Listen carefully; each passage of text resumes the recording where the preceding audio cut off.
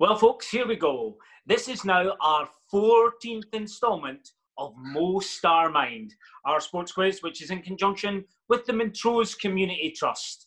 And number 14, our 14th volunteer, is the one, the only, Mr. Aidan Quinn. Woo!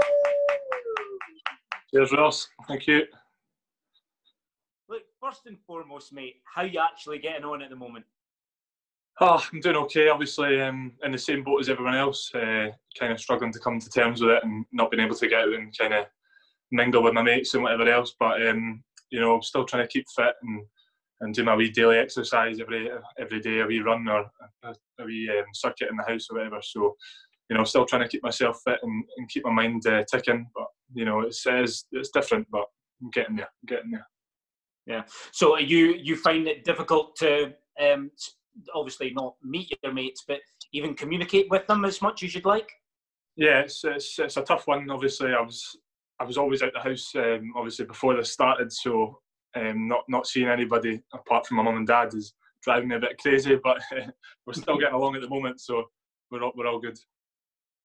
Yeah, it's certainly a different situation for a lot of people. Normally, when they're still staying at home with their parents, they are, as you say, out an awful lot. Being like this is a very different experience. Yeah, it's certainly one I'm trying to get used to because I'm seeing them all the time, 24/7, which is something that I've not done in a while because I'm always out the house working or playing football or out with my mates. So, you know, we're trying to get used to each other again. But there's not been too many fights or scraps, so we're okay so far. Are you finding any of it enjoyable in terms of, you know, spending that amount of quality time? It's different again, but with the quality time with the family, I managed to watch movies with my dad or play board games or something, which I've not done in years, you know. So it's kind of bringing back the old days. But there's parts of it that's enjoyable and parts of it where you know you want out of the house because you're going stir crazy. So if you're getting out of the house, I'm assuming that it's going to be most of the time to go and do a bit of exercise. Yeah. I'm doing the shopping for mum and dad as well, so I'm always going to the shops whenever I can. Obviously, we're trying to kind of buy so that we've got like a week until we go to the shops the next time, trying to limit our time going out. But yeah, I'm going out every day. I'm lucky enough to have a running track just down the bottom of my house kind of thing. So there's a wee park, 3 parks down the bottom, so I run to there and then go around the running track a few times and then come back up. So it's quite a good bit of place to do the exercise, yeah. Perfect. Yeah, you are lucky because, of course, you know, a lot of people are stuck in flats, for example, where they don't even have a garden they can go out and sit on. So, yeah, to have that kind of facility at your back door is really good luck. Yeah.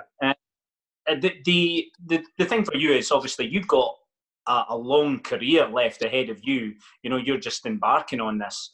Do you think that you'll cherish your football a lot more now?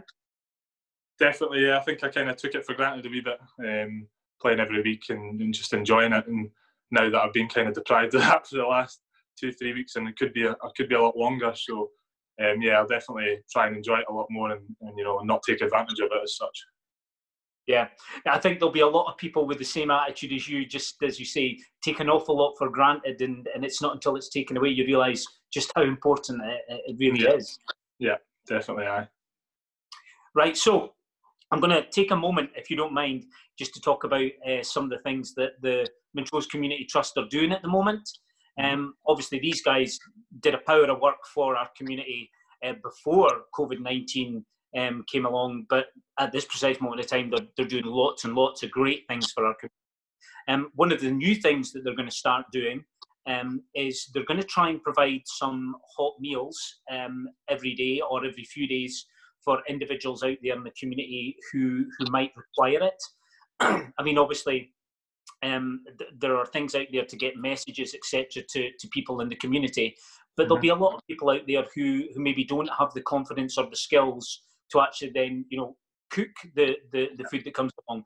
And the last thing that we'd want to see is anybody out there in Montrose sitting there going hungry because either a delivery hasn't arrived or they've got a few days till it arrives, or they don't have the skills to actually cook for themselves. So, as I say, this is a new thing that the club is going to launch. And if you think that you yourself could benefit from that, or there's somebody you know out there in Montrose who could benefit from this, then we're just asking people to to make contact with the community trust, and they'll try and organise to get a hot meal to you as often as they possibly can. That's brilliant. Brilliant. Yeah. They've come up with so many good initiatives over the last, couple of weeks, and it's really good to see the kind of community feel in Montrose at the moment. So, really good to hear that. Yeah. If you had to cook a meal for someone, what would be your go-to meal? I'd just keep it simple. I'd be pasta dish or something. I don't know, maybe spaghetti carbonara or something like that. But as simple as it can be, because I'm not a good cook at all. So. I was going to say spaghetti carbonara for a lot of people would be quite a challenge. So you aimed the bar quite high there, I would say. Right, okay, well look, Aidan, a pleasure to speak to you today, and obviously thanks very much again for volunteering to do this for the Trust today. I'll give you an idea of what you're going to need if you want to take this title. Right. It's 12 points. 12 points, wow. Flem got 11 out of 11 correct. Nah, I did not expect that coming from Flem, to be honest with you. But wow, I can't. I don't think I'm going to beat that. But I'll give it my best shot. I've got to be honest. I don't think Flem thought he had the capability. Did you nearly write the questions? He got the same sort of style and difficulty of question as everybody else, but I think his guessing was a little bit luckier, shall I say, than some other. Wow. So, if you want to look and focus on the other end, though, Louis Milne got 1. All right, okay. Well, I better beat that then, eh? I better beat that. I think that's the starting point, and if you can get 12, then happy days. Yeah, exactly. I'll give you an idea of the rules, and they're very straightforward. You've got 90 seconds to answer as many questions as you possibly can. If you get an answer wrong, I'll give you the correct answer before we move on. If you want to pass at any point, that's fine. I'll give you the correct answer at the very end. And if the bell rings during the question, then I will finish the question off and you will get a chance to answer it. Okay, no problem. Okay, we're all good to go. Right. Yeah.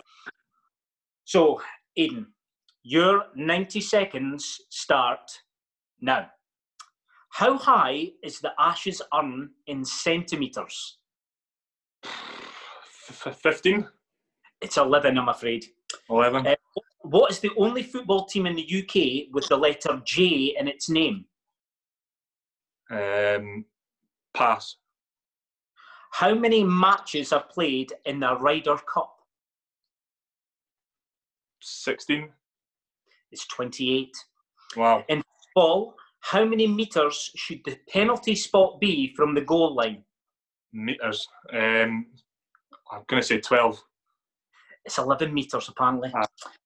The Fosbury flop is a technique used in which sporting event? No idea. Pass. What is the perfect score in 10-pin bowling? 100. It's 300. In the infamous Hand of God incident at the 86 World Cup, which goalkeeper did Maradona beat? Gordon Banks. Peter Shilton. Based on medals won, what is Britain's most successful Winter Olympics event? Curling. Figure skating. Which manager managed Carlisle, Grimsby, Huddersfield and Liverpool during his career? Pass. On a standard dartboard, what is the I've started, so I'll finish. Oh, wow. On a standard dartboard, what is the lowest number that can't be scored with a single dart? That can't be scored with a single dart. 2. Oh no, it's 23. Wow. 23 scored with a single dart. So here we go. I can't believe that. So, you guessed 15 for the urn, but got 11. I think you're going to need something stronger than water, Aidan. Oh, dear. The football team with the letter J is St Johnstone. Oh, right, okay. That should have been easy. Yeah, what have we got? The Fosbury flop. Fosbury flop is the high jump. Okay, makes sense. The goalkeeper we had was Peter Shilton. The manager that you passed on. Quite an old manager, this one for Liverpool, Bill Shankly. Right, okay. So, and you didn't get it. So, unfortunately, Aidan, the sad news is you scored 0. That's shocking. I'm disappointed in myself, but has to be some sort of punishment for that, no? I'm going to leave that up to the players, pal. Oh, dear. In your defence, you are the youngest. Okay, so I'll take that. You have less time on this planet to take in all the sporting factual knowledge that's required. Less experience, I'll take that as my excuse. Look, if you want the truth, the honest truth, the most important thing is you gave up your time and volunteered for the trust today, which is very, very much appreciated by us all. Thank you. Appreciate it for having me. Okay, well, look, take care of yourself, look after yourself, spend quality time with your family there, and stay healthy. And I look forward to seeing you back at Links Park very, very soon. Thank you, Roscoe. You too. Take care, bud. You too.